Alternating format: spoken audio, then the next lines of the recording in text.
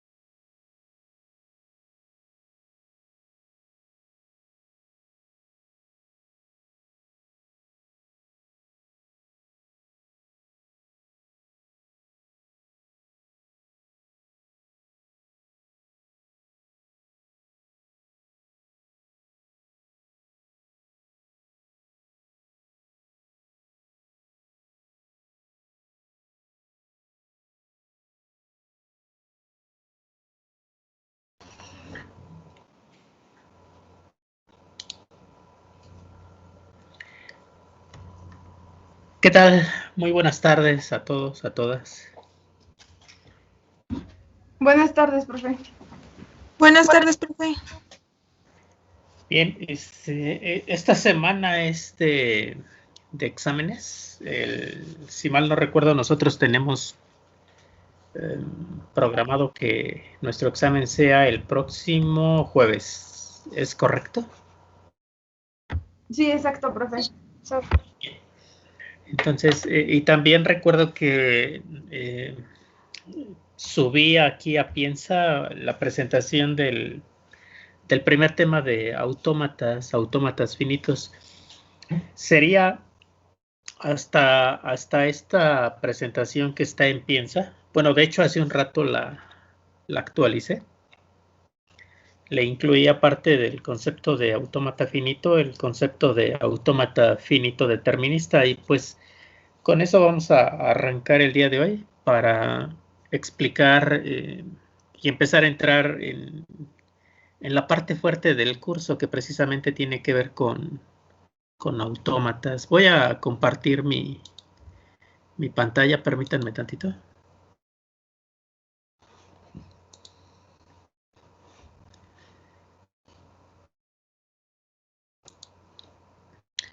Bien, estoy ya en la plataforma Piensa. Me voy a ir al contenido y aquí está, ¿no? Teoría de autómatas. Esta es la versión que subí hace media hora a lo mucho.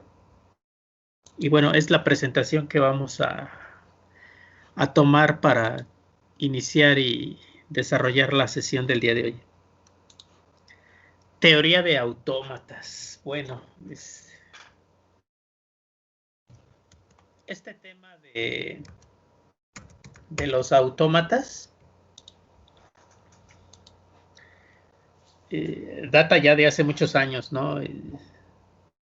Recuerdo que lo que se pretendía era automatizar de algún modo tareas que fueran peligrosas o muy monótonas para que los seres humanos los desempeñásemos. Entonces fue ahí donde pues empezó a surgir esta parte de tratar de generar dispositivos que de manera autónoma estuvieran llevando a cabo alguna tarea, ¿ok? En ese sentido, pues vamos a ver a qué se refiere esta cuestión de los autómatas. Durante no recuerdo si fue durante la Segunda Guerra Mundial, sí, durante la Segunda Guerra Mundial, con el despliegue de todas las fuerzas alemanas a través de Europa y demás, se juntó un grupo de matemáticos para tratar de encontrar cuál era el código con el que estaban cifrados ciertos mensajes de los alemanes. Entonces, dentro de esas personas había uno en especial, Alan Turing. Aquí está su nombre. Este matemático era un experto en criptografía. El objetivo de Alan Turing era, lo que él buscaba era describir de forma precisa cuáles podían ser los límites entre lo que una máquina podía calcular y lo que no podía calcular o lo que no podía ser. ¿Sí? Se dice que esas conclusiones no solamente aplicaron a las máquinas que en ese momento eran una concepción abstracta, sino a todas las máquinas reales en la actualidad. ¿Qué fue lo que implementó? Implementó una máquina que a través de una clave empezaba a hacer ciertos cálculos para tratar de descifrar los mensajes de esas máquinas, de los alemanes. Y contribuyó en gran medida a lograr que la guerra se redujera en tiempo con la victoria que pues ya todo el mundo conocemos. Y desde aquellos años, bueno, pues empezaron a entrar los conceptos de que hoy en día nos ofrecen todas las máquinas, ¿no? Toda la parte de ¿cómo le llaman? De la máquina de Turing, con respecto a todos los cálculos y toda la parte interna de las máquinas, de las computadoras. ¿Sí? Aquí dice que la teoría de autómatas es el estudio de dispositivos de cálculo abstracto, es decir, de las máquinas. Antes de que existieran las computadoras en la década de los años 30, este señor Alan Turing tenía en mente una máquina abstracta que tenía todas las capacidades de las computadoras de hoy en día. Digamos que al menos en lo que respecta a lo que podían o no calcular. Y se dice que son abstractas pues porque en esos años no existía la tecnología para construirlas, pero sí fundó o dejó las bases para que cuando la tecnología pudo empezar a desarrollar lo que él necesitaba, bueno, pues empezaron a construir las primeras máquinas. Después vinieron los años 40, los 50 del siglo pasado. Y entonces algunos investigadores empezaron a estudiar máquinas un poco más simples, ¿sí?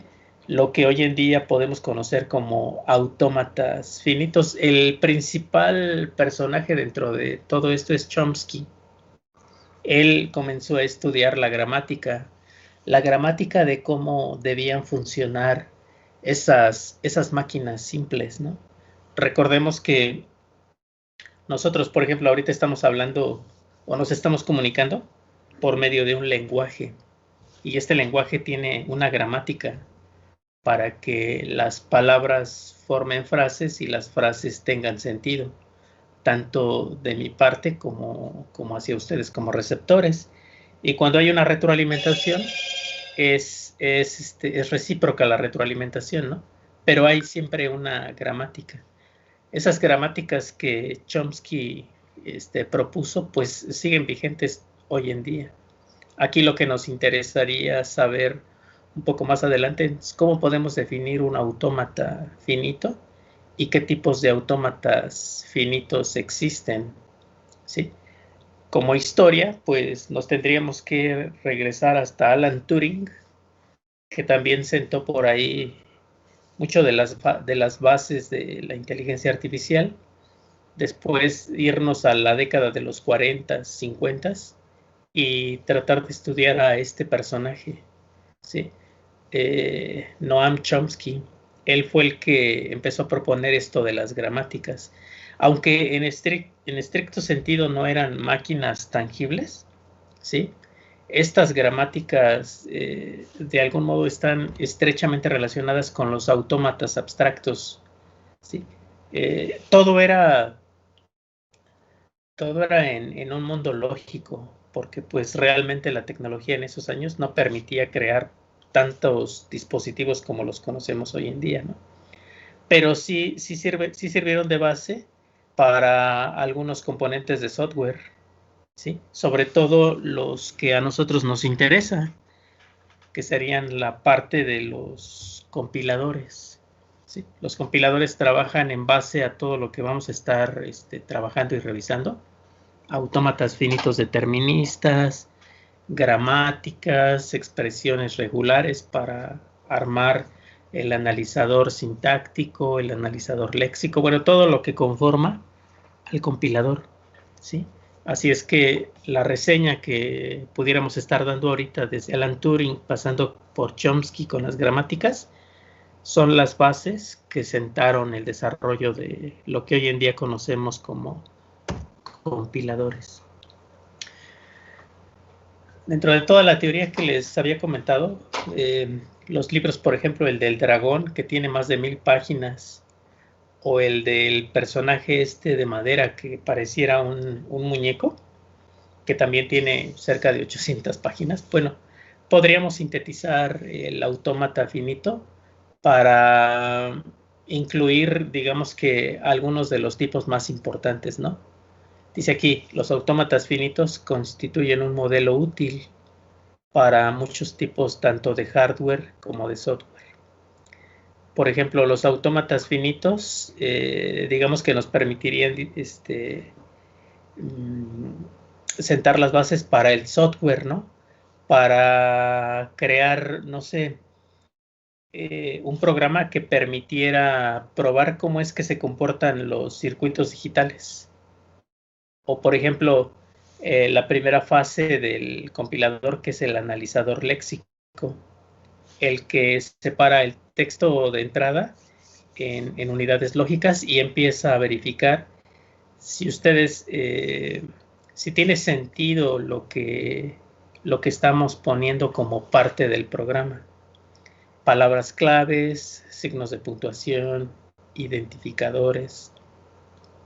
También como software para explorar cuerpos de textos largos, no sé, a lo mejor colecciones de páginas web, o para determinar el número de veces que una palabra aparece en cierta frase o bien en otros patrones. Este número 3 aplica mucho a la parte de redes neuronales con la parte del lenguaje natural.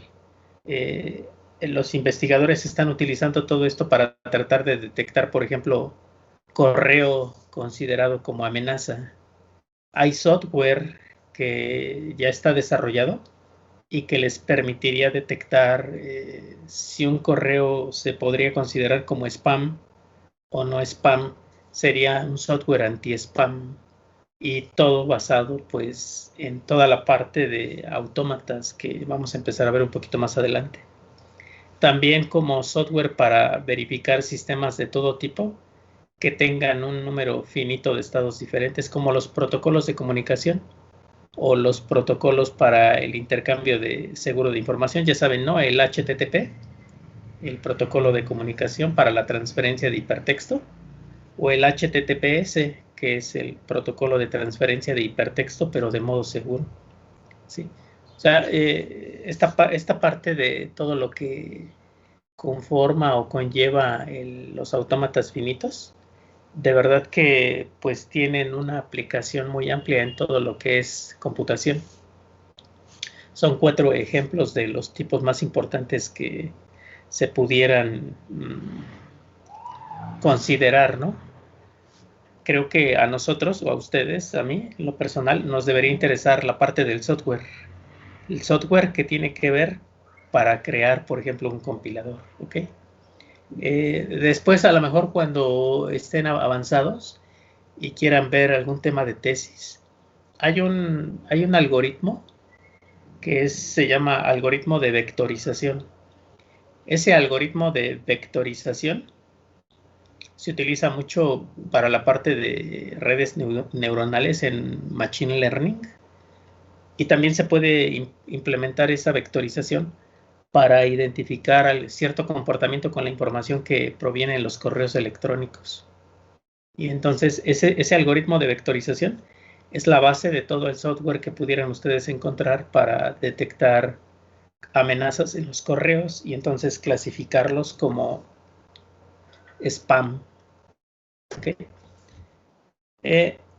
Nosotros en casa, aunque ustedes ahorita tal vez no lo hayan considerado, ya tenemos este concepto implementado, ¿sí? ¿En qué parte? Pues, por ejemplo, en el encendido y apagado de la luz. Ahorita ya se está haciendo un poco tarde y dependiendo en la zona del país en donde estemos, tal vez ya en algunos lados sea más tarde, más oscuro que en otros lados, pero pues finalmente en algún momento del día vamos a tener necesidad de encender la luz. ¿Qué es lo que sucede ahí? Para empezar, ese sistema de encendido y apagado que hay en los interruptores, lo podríamos conceptualizar, o sea, imaginarnos en una figura, por ejemplo, aquí, ¿no? Tiene un inicio y una de dos, o el apagador está encendido o está apagado, ¿sí? Dependiendo del último estado en el que lo hayan dejado, o dependiendo del estado en el que el electricista lo haya dejado. Normalmente cuando nos instalan un apagador, el apagador está apagado, o sea, está en el status off. Lo que hacemos es oprimir el interruptor del apagador y pasa al otro estado, ¿sí? La flecha indica el cambio de un estado a otro y la acción en este caso es pulsar. Yo pulso el botón y si está apagado, pasa a encendido. Si vuelvo a pulsar el botón y está encendido, cambia a apagado.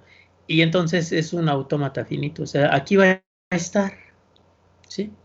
De un estado a otro y viceversa, tantas veces como sea necesario. ¿Ok? Aquí dice, quizá el autómata finito no trivial más simple sea un interruptor de apagado y encendido con las posiciones on y off. Dice, el dispositivo recuerda en qué estado está, si está encendido o si está apagado, y nos permite a nosotros hacer esa acción, pulsar el botón. La única acción que va a suceder cuando nosotros pulsemos ese botón es pasar del estado en el que se encuentra al otro estado que contiene el autómata. Y viceversa, ¿sí? Pasar de ese estado al segundo estado que está incluido en el autómata. ¿Ok? Pareciera algo sencillo y es una actividad que, a menos que ya lo tengan automatizado, es una actividad que hacemos todos los días, ¿no? Prendemos la luz, apagamos la luz. Vamos al otro cuarto, apagamos la luz, encendemos la luz. Y entonces esta figura representaría de manera abstracta un autómata finito de un interruptor.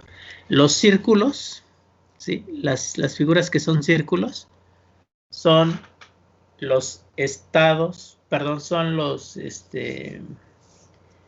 los nodos que van a estar o que contiene el autómata, ¿sí? Los nodos o estados, ¿sí? Yo, por ejemplo, tengo un estado inicial. Aquí dice inicio. El estado inicial, normalmente les decía, el interruptor lo dejan apagado. Y entonces de ese estado inicial pasa al otro estado, que sería encendido. Tengo arcos de conexión que permiten pasar de un estado a otro. Son transiciones. En este caso es mediante la acción pulsar y pulsar también del otro lado, ¿sí? Y debe haber un estado que finalice la acción. En este caso, si está encendido y pulso el autómata, debería finalizar en encendido. Y viceversa, si está encendido, debería finalizar en apagado.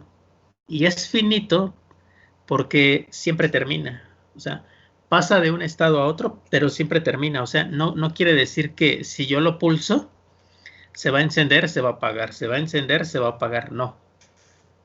El lenguaje aquí, el dominio de elementos de las acciones que hacen que cambie el estado es 1. Pulsar. O sea, yo lo pulso y cambia. Se termina. Lo vuelvo a pulsar, cambia, se termina. Por eso es finito, ¿sí? Por eso este sería finito. Y entonces dice aquí, como en todos los autómatas finitos, los estados están representados por círculos, ¿sí? Off y on. Los arcos que están etiquetados con, en este caso con la palabra pulsar, ¿sí? Son las entradas que representan, aquí dice influencias externas, es decir, nosotros vamos a crear un autómata para, en su momento, automatizar determinada acción. Pero para que ese autómata empiece a funcionar, necesita entradas. ¿Sí? Y esas entradas las vamos a alimentar al autómata. En este caso, la entrada es una acción física. Llegar y pulsar el interruptor. ¿Sí? Después aquí los arcos, o sea, las flechas que unen un estado con el otro y que les decía, están etiquetados con la palabra pulsar. Lo que representan es lo que les decía, ¿no? Llegan ustedes y oprimen el interruptor. ¿Ok? Y es la misma acción, pero hay que representarla cada una del nodo o de un estado hacia el otro y viceversa. Siempre tiene que haber un estado inicial. Esa es una de las condiciones que creo que valdría la pena empezar a retener en nuestra memoria, ¿no? No puede haber un autómata que no tenga un inicio. Es como con los diagramas de flujo en cualquier programa, ¿no? Siempre tiene que haber un inicio y siempre tiene que haber un final. En el caso de los autómatas finitos, el inicio puede ser el final o cualquier otro estado o nodo, como lo quieran ver, puede ser también el estado final. Es más, pudiera haber más de un estado final en un autómata. Aquí dice que uno de los estados siempre se designa como el estado inicial. En este caso, el estado inicial es off, ¿sí? Aquí es donde empieza, o por aquí es donde entran los datos que van a manipularse en el autómata. Dice, el estado en el que el sistema se encuentra inicialmente. En nuestro ejemplo, el estado inicial es apagado. Y por conveniencia, se ha utilizado la palabra inicio y una flecha que lleva precisamente a ese inicio. Ya las otras flechas, bueno, pues esas ya serán resultado de los valores que tome el autómata, ¿no? Para ir a otro estado o no ir a otro estado. Y como les decía, siempre tiene que haber un estado final o de aceptación, aunque puede ser que en un autómata haya más de un estado final. En conclusión, un autómata finito lo podríamos definir como un modelo matemático con cinco elementos. Le llaman quíntupla, ¿ok? Recuerden esta palabra, quíntupla, 5 elementos. Y dependiendo del autor, esta representación o notación dice el número 5 guión medio tupla. Bueno, ¿cuáles son esos 5 elementos de un autómata? Los 5 elementos de un autómata los vamos a considerar por esta serie de letras a manera de nomenclatura. Haciendo un poco de memoria, por ejemplo, vamos a recordar un teorema, ¿no?, de matemáticas que es muy famoso. El teorema de Pitágoras. El teorema de Pitágoras dice que el cuadrado de la hipotenusa es igual a la suma del cuadrado del cateto adyacente más el cuadrado del cateto opuesto. Y manejan letras A, B y C, donde la letra C representa la hipotenusa, la letra A el cateto adyacente y la letra B el cateto opuesto. Y funciona para triángulos rectángulos. ¿Sí? Ahí es donde lo que nos está representando el teorema de Pitágoras aplica a ese tipo de triángulos. Bueno, si nosotros recordamos ese teorema, sabemos que la A, la B y la C representan algo en ese teorema. Bueno, a partir de hoy vamos a tratar de recordar esta simbología, ¿no? La M representa el modelo matemático del autómata, ¿sí? Eso quiere decir que la M es el conjunto que va a tener 5 elementos. Dentro de esos 5 elementos, el primero es la letra Q mayúscula. Después tenemos el signo de sumatoria.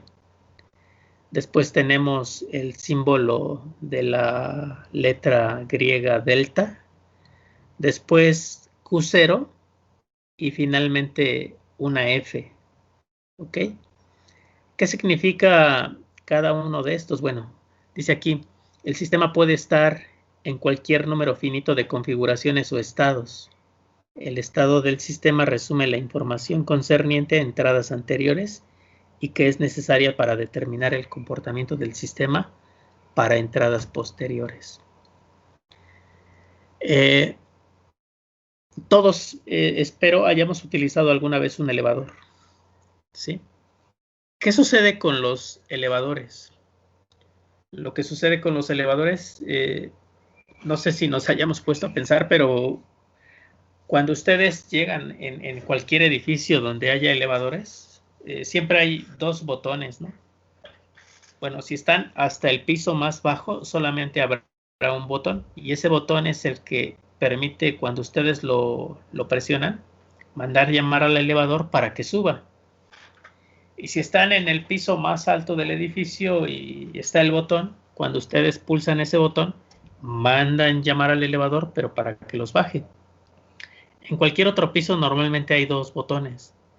Mandar llamar al elevador para bajar y mandar llamar al elevador para subir. Y cuando ya está más actualizado el servicio de elevadores, pues hay un botón único, ¿no? Lo único que quiero es que llegue el elevador y ya estando adentro le indico al piso que voy, ya sea que vaya de subida o que vaya de bajada. Bueno, el elevador es un autómata finito, ¿no? El detalle con los elevadores es que después de que ustedes lo toman y ya sea que suba o que baje, en ese momento el elevador olvida lo que ya hizo. ¿Sí? No almacena nada, ¿sí?, de lo que ya hizo. O sea, el elevador no recuerda de qué piso viene o cuántas veces ha subido, cuántas veces ha bajado. No. Lo que el elevador almacena son las entradas que aún no ha atendido, ¿sí? Vamos a suponer que ustedes estaban en el piso 9 y quieren bajar al piso 3. Llega el elevador, los desplaza al piso 3, ustedes descienden, pero en la planta baja alguien mandó llamar al elevador. El botón está encendido. ¿Eso qué significa? Significa que el elevador aún no ha llegado al piso donde yo lo mandé llamar para que me suba, ¿ok? Entonces, un autómata finito hace eso. No recuerda lo que ya atendió, pero sí debe recordar lo que le falta por hacer. ¿Sí? En este ejemplo, vemos, como en el ejemplo del interruptor, dos círculos, S1 y S2. De hecho, S1 tiene otro círculo al interior del primer círculo. ¿Qué significa eso? Bueno, para empezar, la flecha que está del lado izquierdo representa el inicio, como lo estoy señalando aquí. ¿Sí? Este es el inicio. Por aquí está la entrada de los datos. Entonces, S1 se convierte en el estado inicial. Los arcos y los valores que están sobre los arcos son los caminos que va a tomar el autómata dependiendo del valor de la entrada. ¿Sí? Vamos a suponer que tenemos un número binario 1, 0, 0, 1, 0. Lo voy a poner aquí en el bloc de notas.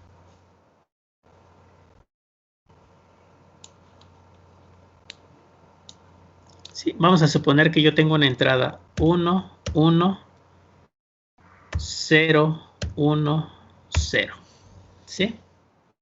Va a ser la entrada con la que voy a alimentar el autómata que está en la parte de abajo. Sí, por aquí llena. Entonces, estoy en el estado inicial S1. El primer valor es un 1. ¿Qué dice la flecha? Que si es un 1, se quede allí, que no se mueva. ¿Sí? Entonces, cuando la entrada es 1, si estoy en el estado inicial S1, me quedo en el estado inicial S1.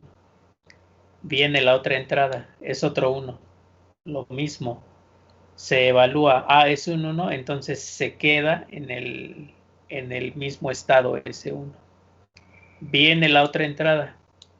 La otra entrada es un 0. Ok. Si estoy en S1 y viene un 0, dice el arco que pase al estado S2. Ahora estoy en S2.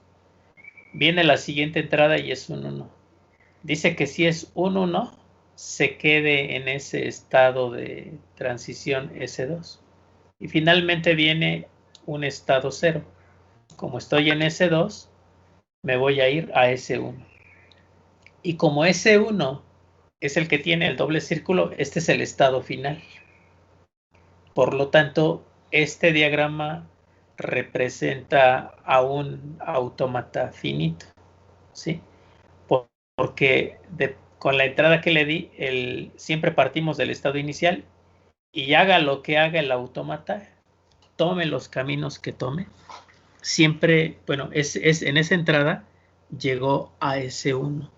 Quiere decir que 1, 1, 0, 1, 0 es una entrada válida para este autómata, ¿sí? Nos queda pendiente ver cuáles son los valores que debe tomar cada elemento del modelo matemático. Para empezar, Q0 es el estado inicial. Querrá decir que Q0, ¿sí?, toma el valor S1. F es el estado final o el conjunto de estados finales. En este ejemplo, S1 es el estado final. Por lo tanto, Q0 es S1 y F es S1. ¿Sí? Vamos a seguir. Bueno, hasta aquí el concepto de autómata finito lo deberíamos entonces concebir como un modelo matemático que contiene 5 elementos, ¿sí? Y que para algunas entradas el modelo matemático o el autómata finito termina con éxito, ¿sí? Hasta aquí es lo único que deberíamos manejar como conceptos. Ahora, viene una variante del autómata, ¿no? Ya viene la clasificación. La primera clasificación habla de un autómata finito determinista. Así lo van a encontrar en los textos como AFD, el acrónimo autómata finito determinista. Dice aquí que son un conjunto finito de estados y un conjunto de transiciones de estado a estado, ¿sí? Que se dan sobre el símbolo de entrada tomado del alfabeto de sigma. Tiene un estado inicial, ¿sí? En este caso Q0, porque aquí dice inicio, y en algunos casos ese mismo estado inicial representa el estado final. ¿Ok? Entonces, la sigma, la sumatoria, el símbolo de sumatoria que conocemos de Excel, representa el alfabeto de entrada, es decir, lo que en el autómata se tome como valor entre los arcos, es todos los diferentes valores que haya en los arcos, esos nos van a representar el alfabeto de entrada. De tal forma que aquí yo solamente tengo en el alfabeto de entrada un valor. Ese valor es pulsar. ¿Sí? Porque a pesar de que se repite, no son distintos, es el mismo elemento. ¿Ok? Pulsar.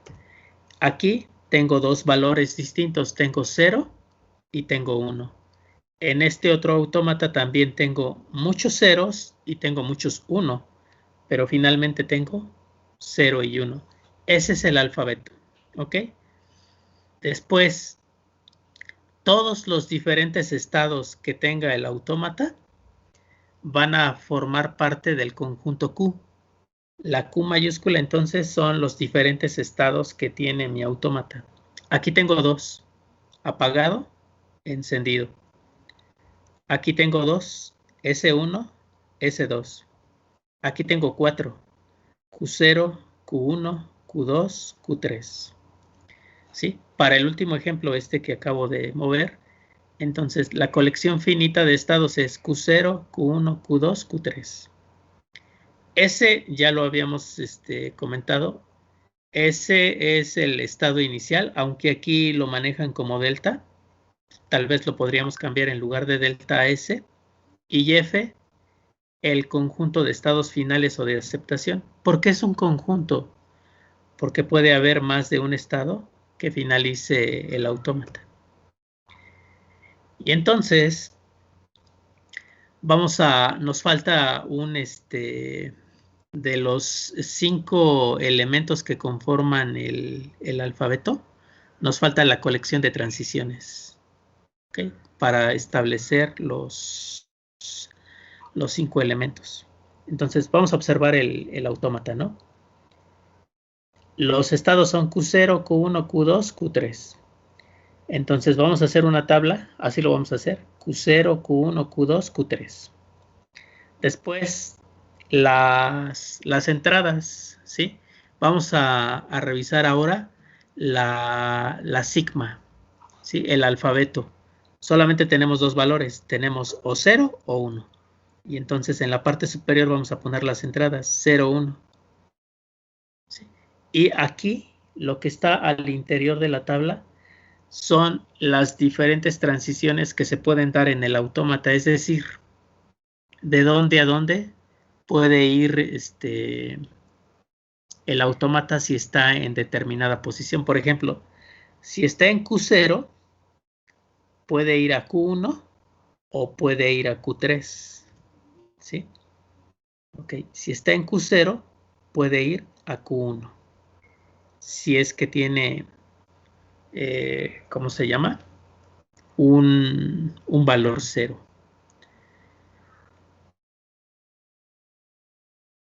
A esta matriz se le llama matriz de transiciones, esta que está aquí, ¿sí? Matriz de transiciones, y este es el último valor que nos hace falta para la quíntupla. El problema con la matriz de transiciones es que no la podemos determinar hasta que no se haga como tal, no sé, una representación en arreglos o alguna otra forma de representarlo. Por ejemplo, aquí, Si yo estoy en S1 y viene un valor 1, me quedo en S1. Eso querrá decir que la primera transición es de S1 a S1. Si viene un 0, yo puedo ir de S1 a S2. Esa es otra transición. Llevamos dos transiciones. Si estoy en S2 y viene un 1, me quedo allí mismo. Es una tercera transición. Y finalmente, si viene un 0 y estoy en S2, puedo pasar a S1 y esa sería una cuarta transición. El número de transiciones viene representada por el número de flechas que están en curva, ¿sí? Y siempre parten de un estado a otro estado. No importa que el estado se repita, ¿sí? Es como ¿cómo se llama? En los autómatas, perdón, en las expresiones regulares que les pasé hace un rato, bueno, que estuvimos viendo, ¿no? Por ejemplo, si en lugar de 0 le pidiéramos al usuario que pusiera A, E, I, o bien una U, todas en minúsculas, ¿sí? Vamos a ver qué sucede aquí. Fíjense. Lo voy a correr. Si en su expresión regular dicen que la primera letra, perdón, que la última letra de la contraseña sea una vocal, si están en Q3 y viene cualquier vocal, el autómata evalúa los valores que puede tener en esa posición.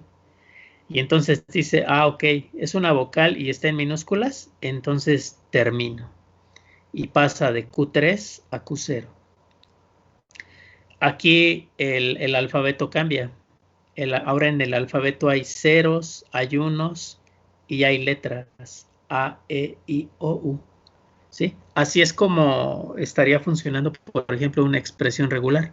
O en la parte superior, vamos a pensar que el primer carácter sea de la A a la Z. ¿Ok? Como lo estuvimos representando así, ¿no? La A a la Z en mayúsculas. Así. ¿Ok? Cuando el autómata lo estemos probando, estamos en Q0 y viene una letra, ¿no? Vamos a suponer que esa letra es una letra en mayúsculas.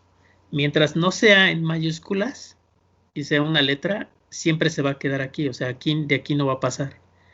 Pero va a evaluar y va a decir, es una letra y está en el conjunto de la A a la Z, entonces paso de Q0 a Q1. ¿Sí? Ya validé el primer carácter de la expresión regular, por así decirlo. Después estoy aquí, ¿y qué viene? Si viene un 1, me regreso. Y aquí permitiría dos valores. O un 0, o bien otra letra en mayúsculas, de la A a la Z. Y vamos a suponer que viene un 0. Bueno, pues entonces se va a Q3. Aquí solamente permite dos valores. O el número 1 para ir a Q2, o cualquiera de los valores de las letras de las vocales minúsculas. Mientras no venga ese valor, de aquí no se mueve, ¿sí? Y solamente finalizará el autómata y se dirá que es determinista si llega al estado final Q0, ¿sí? En el ejercicio, la entrada era 11010. Bueno, para empezar ya lo modifiqué. Le voy a poner los valores que tenía. Aquí tenía un 1 y quiero pensar que aquí tenía un 0. Ok. Vamos a revisar qué sucede con este autómata con esa entrada. Voy a copiar la cadena. Voy a llevar al bloc de notas. Ok, ahí está. Y vámonos al autómata. Bien. El primer valor es el número 1. Entonces, estamos en Q0. Como viene un 1, se va a Q1. Después viene un 1. Dice que con un 1 se va de Q1, se regresa a Q0. Todavía no termina el autómata, hay más valores. A pesar de que ya llegó al estado final, todavía no termina. Después viene un 0. Estando en Q0 se va a Q3. Después viene un 1. Estando en Q3, se va a Q2. Después viene un 0. Estando en Q2, se va a Q1. Y termina con el número 1, pero como estoy en Q1, se va a Q0. Eso significa que esta entrada es una entrada válida para este autómata.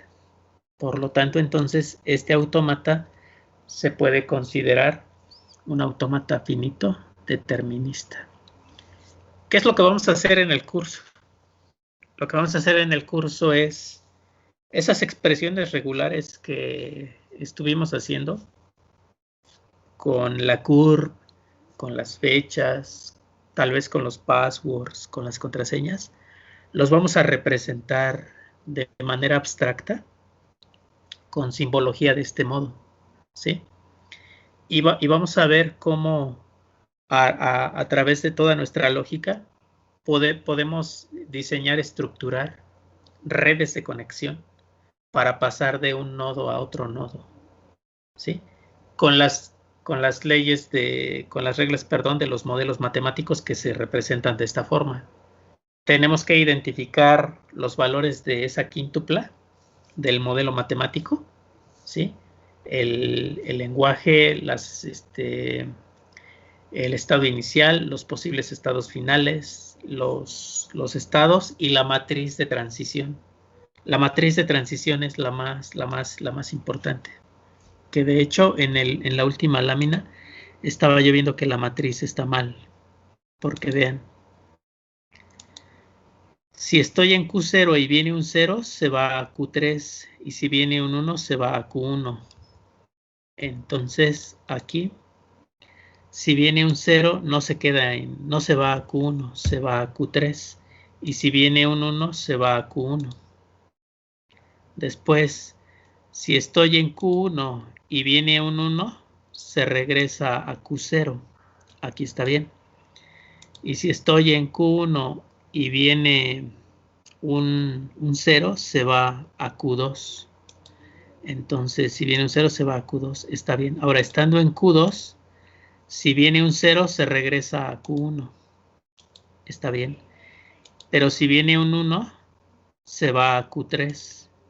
Aquí está mal. Aquí sería Q3.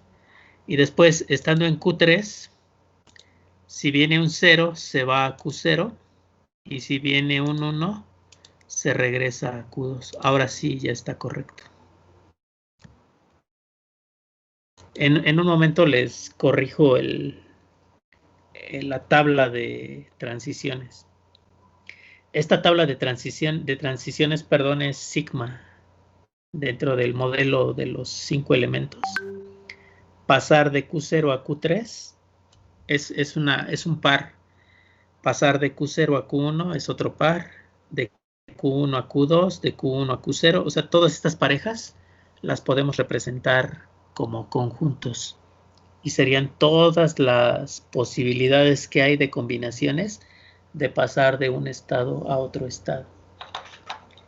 Funciona muy bien para el tema de las expresiones regulares. Pero, por ejemplo, tratar de hacer un autómata para un elevador, créanme que no es tan sencillo, ¿no? No es tan sencillo porque en algún momento se complican las cosas ahí con la lógica. Hace algún tiempo en los bancos implementaron autómatas en las puertas de acceso. De hecho, todavía existen. ¿Qué es lo que sucedía?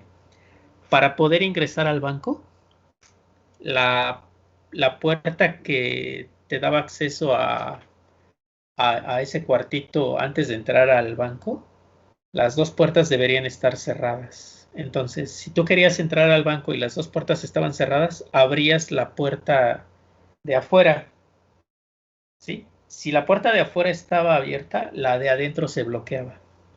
Entrabas tú al espacio intermedio entre la calle y el banco, cerrabas la puerta y como ya estaban las dos puertas cerradas, podías abrir la otra, la que daba entrada al banco. Si esa puerta estaba abierta, la de la entrada se bloqueaba y ya te permitía entrar ¿cómo se llama? Al banco. ¿Sí? De tal forma que si alguien estaba en esa parte o en esa sección del cuartito y dejaba la puerta abierta, los que estaban en el otro extremo ya no podían entrar porque estaba bloqueado el sistema, ¿sí? Para que el sistema estuviera abierto, las dos puertas tenían que estar cerradas. Y solamente cuando una de las dos estuviera abierta, la otra se bloqueaba. Bueno, eso funciona con un modelo abstracto de un autómata finito determinista, ¿sí? O sea, a la práctica sí se lleva todo esto, ¿no? De los autómatas. No lo vemos ahorita, pero en el compilador de C++, en el compilador de Java, de Python, en todo está o en todo persiste este tipo de conceptos, ¿no? De autómatas. Y entonces, cuando una entrada evaluada en cierto modelo de autómata y que esa entrada te permita llegar al estado final, entonces se dice que esa entrada es válida para ese modelo matemático. Entonces se dice que pertenece a LDM, donde L es el lenguaje de ese modelo. O sea, querrá decir que esa entrada es completamente válida. Y así es como se prueban las cosas que a futuro se diseñan, ¿sí? O sea, no se va a construir algo que posiblemente no funcione. Se tiene que probar, probar, hasta que agotas todas las posibilidades y entonces ya lo creas, ¿sí? A pesar de que este tema es tal vez nuevo para muchos de ustedes, en la práctica lo llevan a cabo, ¿no? Yo recuerdo que, por ejemplo, estando en el sistema de transporte colectivo metro, inherentemente aplicamos estos conceptos, ¿no? Nosotros estamos en una estación origen y queremos llegar a una estación destino. Y entonces lo que hacemos es revisar el mapa de todas las líneas que hay en el metro y ver cuál ruta podríamos tomar. O sea, estamos en una estación y pasamos a otra estación. Después pasamos a otra, a otra, a otra, a otra. Y salvo que suceda algo excepcional, normalmente llegamos a nuestro destino. Entonces se cumple con el concepto. Si tenemos que transbordar, cuando llegamos a una estación de transbordo, nos percatamos. Incluso por el audio escuchamos que llegamos a una estación de transbordo, descendemos, nos pasamos a la siguiente línea y continúa el proceso, ¿sí? Y les repito, salvo que suceda algo externo al sistema, pues entonces el proceso se detiene. No sé, un temblor, un incendio, un suicida, cualquier cosa de lo que pudiera llegar a suceder en ese sistema de transporte evitaría que llegáramos al destino. Pero si no está controlado ese tipo de sucesos, no importa, ¿no? De todos modos, el autómata en un escenario donde las condiciones sean normales o habituales, siempre va a terminar de buen modo. De hecho, el controlador automático del metro debe funcionar con algo como lo que tenemos aquí, ¿no? No sé si ustedes sepan, pero todas las líneas están interconectadas. Siempre hay un espacio en donde si aperturan o no el cambio de vía, pues se puede llegar desde cualquier línea a cualquier otra línea. Pero si no está controlado, entonces sí podrían haber percances como los que se han suscitado, aunque supuestamente se ha demostrado que son percances por un problema de tipo relacionado con el factor humano, ¿sí? Nuevamente, los elevadores, ¿no? Cada sistema de elevación es un autómata, ¿ok? Si ya de por sí es difícil controlar uno, si ustedes checan, más bien, si ustedes investigan, no hay en los edificios estos súper enormes que hay actualmente en los rascacielos, cada elevador es un autómata, es un sistema independiente del elevador de al lado. O sea, no puede haber un autómata que controle dos diferentes, por ejemplo, sistemas de elevación, ¿sí? Lo más correcto es que cada uno funcione de manera independiente. Y bueno, ya después entra la manera de cómo se programa, de cómo generar el sistema digital o el circuito digital. Bueno, eso ya es otro rollo, ¿no? Pero la parte conceptual debería funcionar como en este momento lo estamos viendo. ¿Sí? No les voy a preguntar si tienen dudas o no. Más bien, la pregunta sería, en lo que ustedes habitualmente hacen en esta época de pandemia o antes de la pandemia, habían o piensen si han interactuado con un sistema que pudiera englobarse aquí, en un autómata finito o en un autómata finito determinista. Eso es lo que me gustaría que tratáramos de contestar, ¿no? Ya está el switch para encender y apagar la luz. Ya les comenté lo del elevador. ¿Qué otro proceso de nuestra vida rutinaria o diaria tenemos? Permítanme tantito.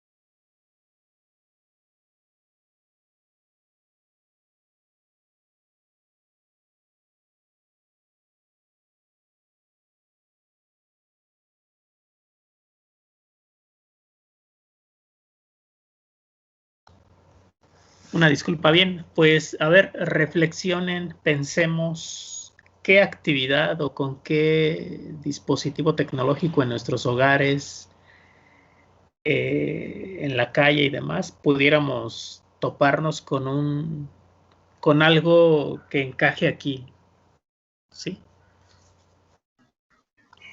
¿Podría ser la instalación de una bomba de agua? A ver, Carol, explícanos, pudiera ser, a ver, ¿cómo te Por imaginas que ve? ejemplo, es que en mi casa está que si el tinaco se vacía, como no hay buena presión de agua, lo que hace la bomba es que si se vacía, bueno, no sé cómo funciona, pero si se vacía el tanque, la bomba se prende y empieza a arrojar agua y ya hasta que se llene el tinaco. Está bien. Sí, ese sería otro ejemplo de un autómata finito. ¿Qué es lo que el estado inicial de la bomba es apagado? Pero siempre habrá dentro de las entradas algo que lo cambie de estado, ¿no? La entrada es el nivel del agua. Si se detecta que el nivel del agua está por debajo del mínimo, la bomba se enciende y pasa al estatus de encendido.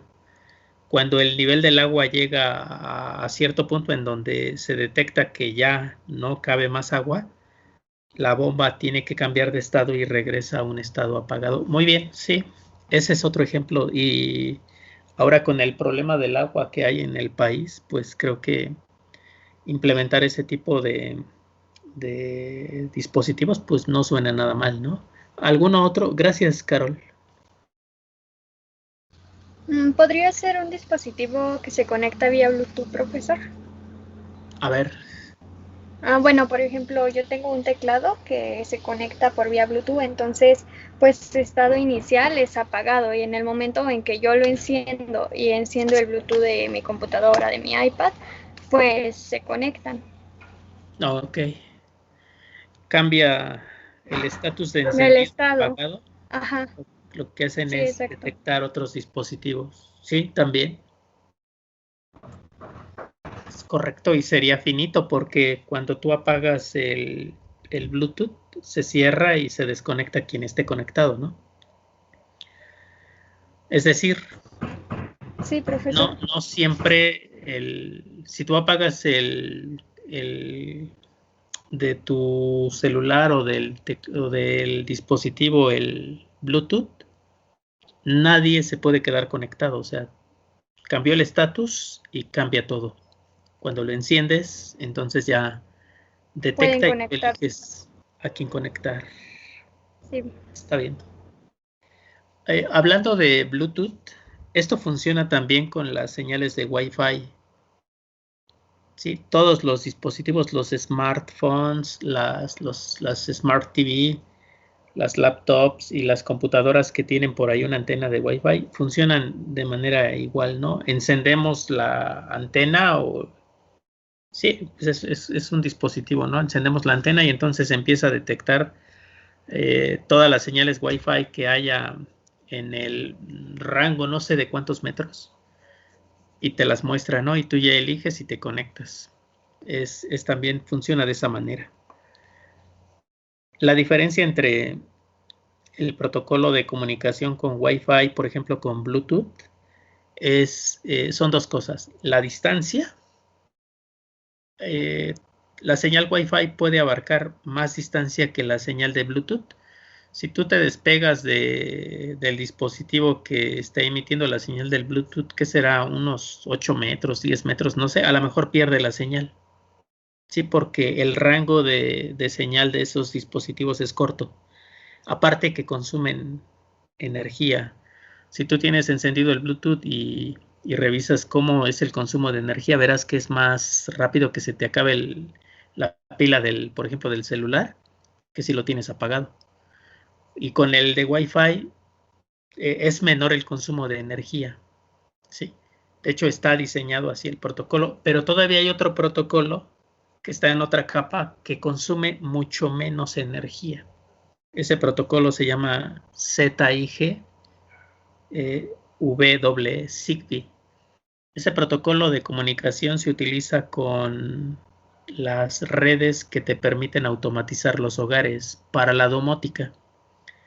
Ya ven que ahora están los Google Home, las Alexas, todos esos dispositivos que con inteligencia artificial nos permiten automatizar. Vienen los switches que cuando lo configuras y lo vinculas con los Google Home o las Alexas, te permiten encender o apagar dispositivos electrónicos. Bueno, también se entran allí los autómatas. O sea, ya están prácticamente en todas partes, ¿no? ¿Algún otro ejemplo? ¿Alguien más? Como los focos, profe, que de Philips, ¿cómo se llama esa marca? Que ya son igual inteligentes. Sí. Igual con un dispositivo conectado al Wi-Fi, los puedes prender y configurar la luz. Así es. Y de hecho el dispositivo ya trae el software que te permite vincularlo al smartphone. Y puedes estar en tu casa o vía remota y encender o apagar dispositivos. Abres, es un circuito, más bien es un modelo como el que acabamos de ver de un autómata finito determinista. Recibe la señal y empieza a cambiar de estado. Sí, nada más. Esos son sencillos, ¿no? Normalmente es dejar pasar corriente y cortar el consumo de la corriente. Pero son muy útiles. Y por ejemplo, bueno, es que mi prima tiene uno y el suyo puede cambiar de color. ¿Eso también consideraría una entrada o sería más dentro del hardware? No, también es una entrada. Sería un estado, ¿no, profe? Más bien, sería un estado que depende de la entrada, de la orden que le des, vamos pues. Porque finalmente tú le puedes configurar al dispositivo y decirle color de relajación, ¿no?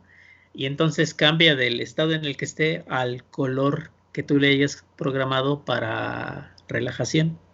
Y si le dices color de diversión, a lo mejor la iluminación cambia a otro tono y cambias a otro estado.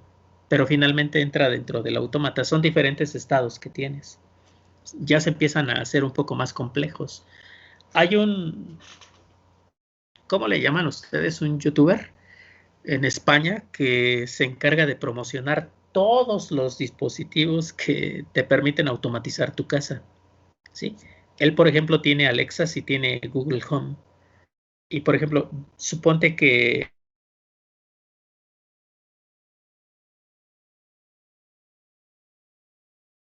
fulano de tal, voy a salir. Cuando dice voy a salir, eso ya está programado como una entrada dentro del autómata.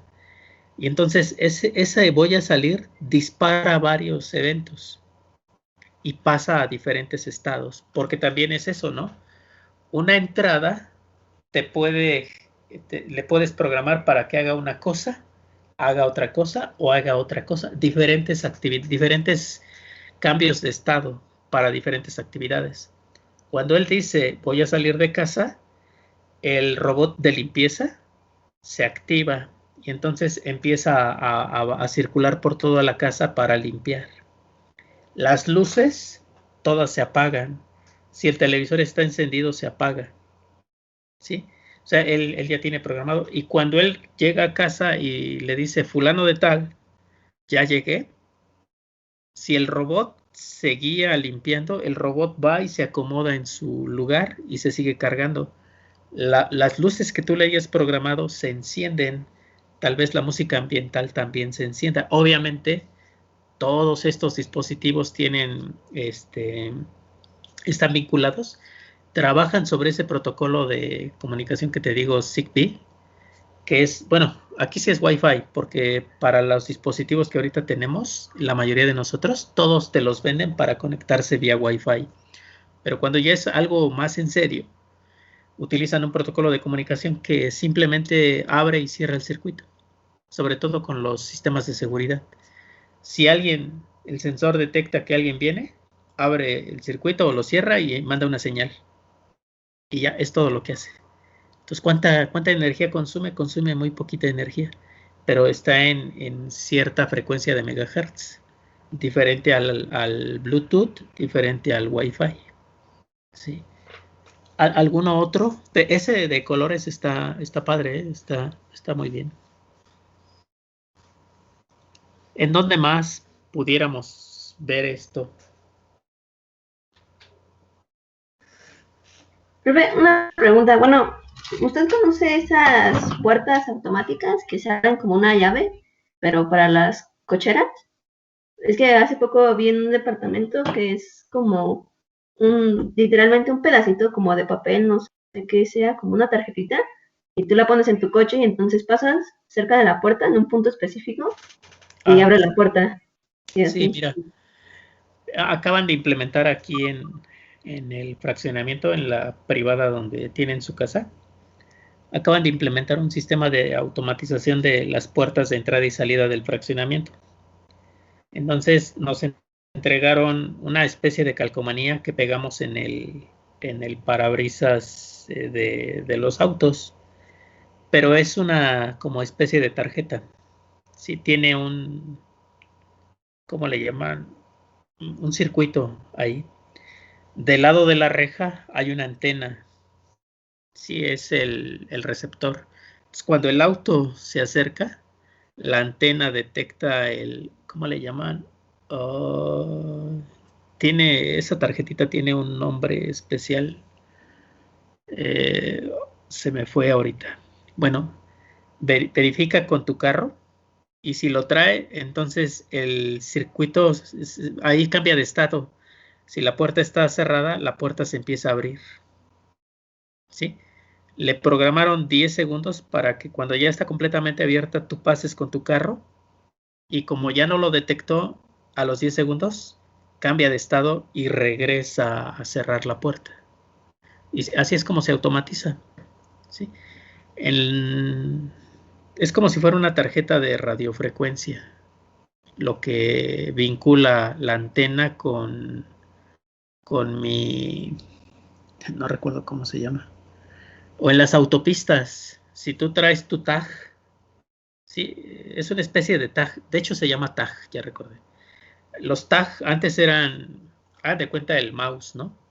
Eran unos dispositivos que ponías ahí en tu tablero y llegabas a la caseta, la antena detectaba el tag, pero ahí había varias cosas, ¿no? El modelo lo que hacía era mandar esa señal del tag con el ID a una base de datos a consulta y ver si tenía saldo ese dispositivo. Si había saldo, se levantaba la pluma de la autopista para que te pudieras pasar y te descontaban el costo de la caseta. Ese autómata hacía otras cosas. Pero si llegaba el carro, a pesar de traer tag y no tener saldo, entonces te decía saldo insuficiente y no te dejaba pasar. Eso sucede también en las autopistas, ¿no? Con los tags. Entonces lo que yo tengo en el auto es un tag que también de algún modo los inhabilitan. El administrador dice, bueno, si ya pasó tal día de los principios del mes y no se ve que cubriste la cuota, entonces te lo deshabilitan. Y cuando llegas a la antena, lo detecta, pero no te va a abrir porque no está programado para que, a pesar de que traes ese tag, a lo mejor la entrada que tiene es un 0 y por eso no abre. Y tú necesitas que tenga un valor 1 para que funcione. Entonces, si es 0, siempre se va a quedar ahí en ese estado, cerrado, cerrado, cerrado, cerrado. Si es 1, cambia de estado y entonces abre. Así es como funciona en la práctica el tema de los autómatas. ¿Qué es lo que vamos a hacer? No sé de dónde viene ese ruido. Bueno, sí sé, es un celular que está por aquí y lo dejaron con volumen. Disculpen, ¿eh? Bueno, lo que sucede entonces y lo que vamos a tratar de hacer, lo que vamos a hacer es quebrarnos la cabeza para pensar cómo poder desarrollar o diseñar modelos matemáticos para algo que quieran construir, ¿no? Este modelo matemático lo que les va a permitir es ver si lo que quieren construir, si lo que queremos construir es viable desde el punto de vista que cuando lo alimentemos con valores, diferentes valores, el autómata nos lleve al estado final, ¿no? Y una de esas cosas que vamos a construir es la primera fase del compilador, el analizador sintáctico. ¿Sí? Ya más o menos ven por dónde vamos a ir en el curso. Ahorita con esto, sobre todo con los ejemplos, creo que un ejemplo ahorita explicaría de mejor manera lo que con las gráficas traté de comentar, ¿no? De explicar. Ya vimos la bomba automática, ya vimos lo del Bluetooth, lo del Wi-Fi, todos los dispositivos que pudieran ser ecotecnias en una casa para los focos con sensores de proximidad. Es lo mismo que el switch. Si no detecta nada, ahí se queda apagado, apagado, apagado, apagado. Cuando detecta algo, cambia el estatus y se enciende. Pero después de un cierto tiempo, regresa al otro estado, al estado inicial o al estado final. ¿Sí? Va de un estado a otro, se enciende, se apaga, se enciende, se apaga. Entonces, pues hay mucho material de donde actualmente tomar para poder ejemplificar esto. ¿Dudas? ¿Comentarios? Profe, Sí. lo que pasa con los vehículos de las llaves, que algunos ya puedes encender la calefacción o ponerle a qué temperatura quieres que se encuentre la cabina y el motor. Esos no los conozco, pero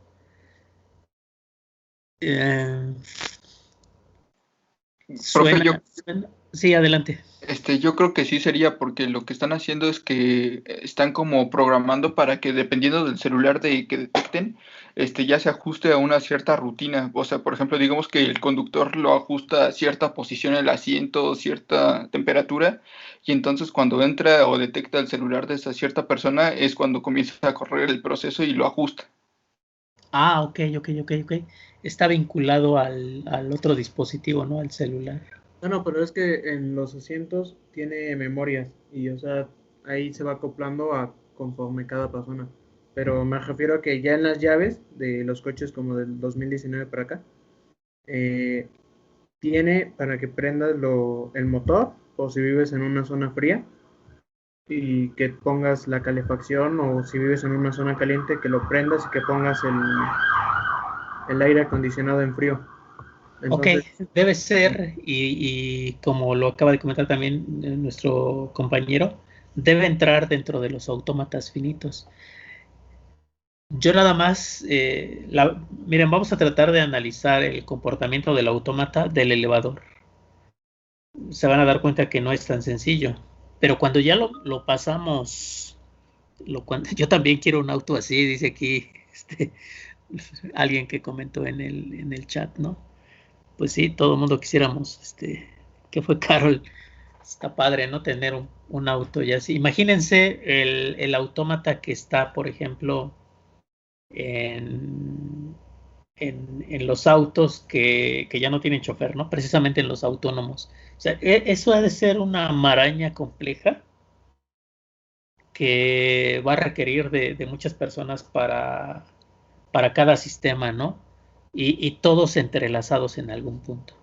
O sea, eso es algo complejo, pero ya con las computadoras y toda la tecnología que hay, pues es viable, ¿no? Por eso es que están los autómatas. O, por ejemplo, los autos, esos ya tienen un poquito más de tiempo, ¿no? Ya ven que el problema para muchos de nosotros como conductores es estacionarnos en batería. O sea, en un espacio que está entre dos autos. No es tan sencillo llegar y estacionarse. Bueno, pues los autos ya tienen esa capacidad, ¿no? Sueltas el volante, oprimes por ahí en el tablero lo que tengas que oprimir y el auto se va a estacionar de manera automática. Ahí también hay un autómata muy complejo, ¿no? Para esa parte, que tiene que ver con activar y desactivar el avance, el retroceso, girar el volante para un lado, para otro, con una serie de sensores. Son temas que, la verdad, a nosotros lo que nos interesa es sí estudiarlos, no meternos tan a fondo porque pues eso es materia de mecatrónica, ¿sí? De la gente que está estudiando ahí, por ejemplo, en UPIBI, no sé. Pero sí, como ingenieros en esta parte de aquí en informática, pues sí deberíamos conocer cómo es que los autómatas aplican a toda esta parte de la robótica o de la automatización. Porque finalmente, como les decía, es para hacernos la vida más sencilla a nosotros como seres humanos en tareas peligrosas o en tareas monótonas. Muy bien. Pues vamos a dejarlo hasta aquí. Este es el último tema que vamos a tocar en el examen. De hecho, voy a borrar el que había puesto para subir esta versión porque me di cuenta que tenía un error. Teoría de autómatas. ¿Qué es lo que podríamos preguntar? Bueno, ¿qué es un autómata? Sí. ¿A qué se le considera una quíntupla? Y conforme ustedes vayan leyendo el documento, pueden ir revisando a lo mejor alguna otra literatura y ver a qué se refiere la quíntupla. Hay que recordar sobre todo las letras, ¿no? A qué se refiere cada letra.